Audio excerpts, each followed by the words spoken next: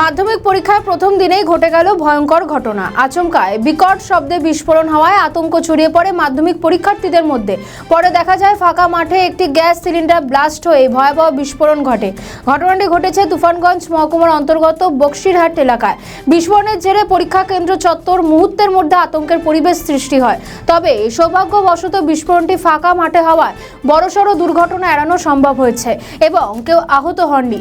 ঘটনার খবর পেয়ে সেখানে পৌঁছে যান তুফানগঞ্জের মহকুমা শাসক কিংসুক মাইতি, এসডিপিও সহ আরও জেলা প্রশাসনের একাধিক উচ্চপদস্থ আধিকারিকরা। তারা পরিস্থিতি সরেজমিনে খতিয়ে দেখে নিরাপত্তা ব্যবস্থা জোরদার করেন এবং পরীক্ষার্থীদের আশ্বস্ত করেন।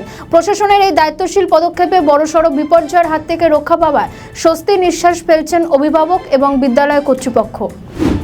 সেই বিষয়টা যদি একটু বলতেন।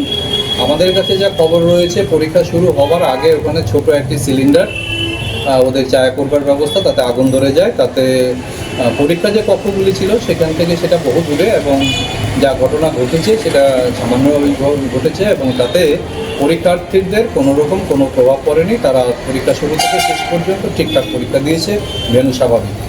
এটা কি পরীক্ষার আগে ঘটেছে ঘটনাটা? পরীক্ষার আগে। ঠিক আছে। আমাদের ভিডিও ভালো লাগলে লাইক ও শেয়ার করুন, কমেন্ট সেকশনে আপনাদের মতামত জানান।